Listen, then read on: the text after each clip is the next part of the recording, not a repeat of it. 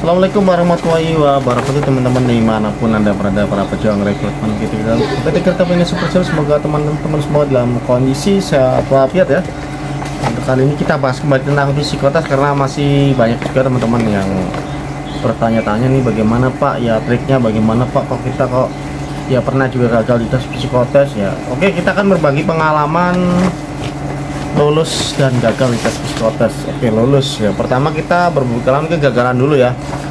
Psikotes KI memang merupakan salah satu dari beberapa tahapan seleksi yang memang harus dilalui oleh peserta rekrutmen KI, yang memang di dalam tesnya itu memang membutuhkan suatu konsentrasi dan kesiapan dari pesertanya itu sendiri. Kenapa dengan konsentrasi? Karena dia di tes psikotes ini teman-teman dituntut untuk mengerjakan suatu soal dengan kondisi tertekan dalam waktu yang singkat gitu kan. Apabila teman-teman tidak paham, pemikirannya nggak cepat nangkap dengan apa instruksi yang telah diberikan oleh panitia tes, otomatis teman-teman pasti akan tertinggal dan nggak lulus ya. Oke, poin-poin apa saja yang perlu diperhatikan teman-teman untuk bisa lolos di tes psikotes ini? Oke, yang pertama ya teman-teman ya. Yang pertama, poinnya yang pertama teman-teman harus siapkan itu adalah belajar ya. Kenapa perlu belajar? Karena kalau tidak belajar teman-teman otomatis pasti tertinggal. Ada beberapa soal psikotes yang memang harus benar-benar membutuhkan latihan ya, seperti kayak gini ya. Ini hitungan Horan ataupun Kraepelin Paulin ini benar-benar teman-teman harus pahami, harus benar paham, belajar dan latihan antara tangan sama pikiran itu. Memang kalau sudah terbiasa, dia terbiasa gitu ya. Ketika teman-teman menjumlah di angka 9 dan 0, itu tulisannya 9 misalkan 011 itu sudah ada di luar kepala, ibaratnya teman-teman udah mengerjakan ini, teman-teman udah harus ngelirik ini gitu kan. Latihannya pun ada dua cara, dari atas ke bawah, bawah ke atas ya. Nih, misalnya dari atas dulu, kenapa dari atas dulu misalkan? Antisipasi, siapa tahu nanti pada saat tes itu teman-teman dapatnya yang dari atas ke bawah ya kan. Setiap tes kan beda-beda, ada yang dari atas, ada yang bawah-bawah gitu ya. Oke, lanjut next ya. Ini untuk gambar orang, misalnya contoh gambar orang seperti ini ya. Ini banyak yang bertanya-tanya gini ya temen, kok Pak saya nggak bisa gambar orang, saya ini bukan seniman Pak, bagaimana Pak, saya ini nggak mahir menggambar. Oke, no problem, nggak masalah ya. Yang penting teman-teman itu semuanya itu sesuai dengan unsur manusia untuk manusia gitu. Untuk misalkan telinga sama hidung nih, telinga sama alis mata tuh harus dari gini ya. Nih, itu seperti itu contohnya. Terus jadi nggak mesti harus orang banget, tapi kan posisinya tuh pas harus. Leher sama kepala ya jangan gedean leher segini kan, nggak pantas juga. Terus lakukan ini ya, lakukan tuh sama dengan bahu ke sini ya, lakukannya pinggang. Terus dia aktivitas seperti ini ya. Jadi ada beberapa memang yang teman-teman harus pahami di tes psikotes ini. Nggak cuma teman-teman mungkin ya ahli gambar saya gini-gini, belum tentu juga teman-teman lulus kalau teman-teman nggak tahu caranya ya.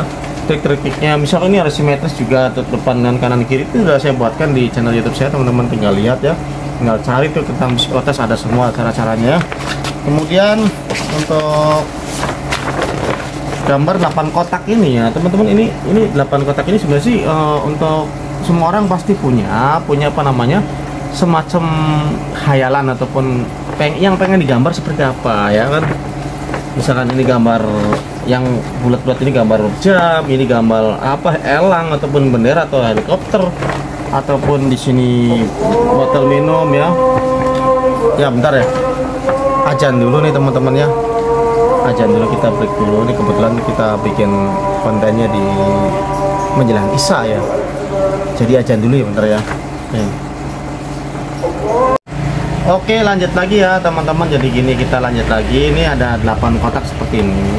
Ini setelah teman-teman kerjakan semua, ini biasanya ada perintah mana yang paling mudah dikerjakan dan mana yang paling sulit dikerjakan. Itu teman-teman nanti biasanya disuruh untuk menandai nomor 1, 2, 3, 4, 5, 6, 7, 8. Pilih teman-teman yang paling sulit itu adalah paling terakhir teman-teman kerjakan, itu nomor 8. Itu salah satu triknya. Kemudian apabila ada pertanyaan di sini, pilih yang paling mudah dikerjaan, berarti yang pertama teman kerjakan itu paling mudah, yang terakhir paling sulit gitu ya. Yang paling teman-teman sukai, misalkan di sini teman-teman gambar masjid, berarti ya gambar masjid ya, pilih itu aja ya. salah satu triknya untuk 8 kotak ini ya. Di beberapa YouTube saya juga udah saya bahas ini ya. Oke, next ya. Untuk gambar pohon ini masih banyak sekali teman-teman yang bertanya-tanya, Pak, bagaimana nih kalau pohonnya bentuknya kayak awan, bergulung-gulung begini ya. Kemudian akarnya tuh mendem di tanah. Usahakan teman-teman contohkan yang seperti ini ya, dengan daunnya yang terlihat jelas, dengan buahnya seperti ini, kemudian akarnya seperti ini. Kemudian ini namanya pohon nangka ya. Kalau disuruh ditulis pohon nangka boleh. Intinya kalau belum ada instruksi jangan dilaksanakan gitu aja ya. Kalau untuk soal gambar, usahakan teman-teman niru saya ini ya, seperti ini. Usahakan ya, usahakan. Makanya saya bilang apa, latihan dengan sering gitu ya. Intinya cuma teman-teman bisa ngikutin ya, seperti ini ya, daunnya, batang. Jadi ada beberapa unsur yang teman-teman harus pahami, bahwa pohon itu ada akar, batang, ranting, dan daun, seperti itu ya. Jadi kalau cuman gambar-gambar kayak awan itu ya, orang-orang apa ya, kemungkinan besar nggak lulus, bisa bahaya. Makanya ikutin aja yang saya pernah buatkan. Oke, next ya. Dan untuk pengerjaan seperti ini juga nih, untuk pengerjaan yang soal-soal seperti ini, yang kotak-kotak segitiga bolak-balik ataupun kubus bolak-balik, ini memerlukan latihan banget ya. Jadi teman-teman harus sering latihan kalau yang ini ya, sering baca-baca dan latihan tuh pasti, soalnya tuh pasti agak mirip ya. Mual, maaf ya, mual. Ini makan es krim malah mual.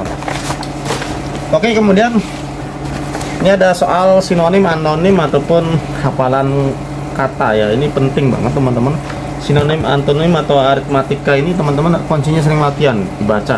Untuk soal-soal matematika seperti contoh ini kan, jika A memiliki uang, ataupun jika A berjalan dari kota A ke kota B gitu, itu sering muncul ya bahasa seperti kereta api berangkat dari kota A ke kota B dengan kecepatan sekian, tiba di kota B dengan kecepatan sekian, transit dulu bagaimana. Soal cerita sering-sering muncul ya.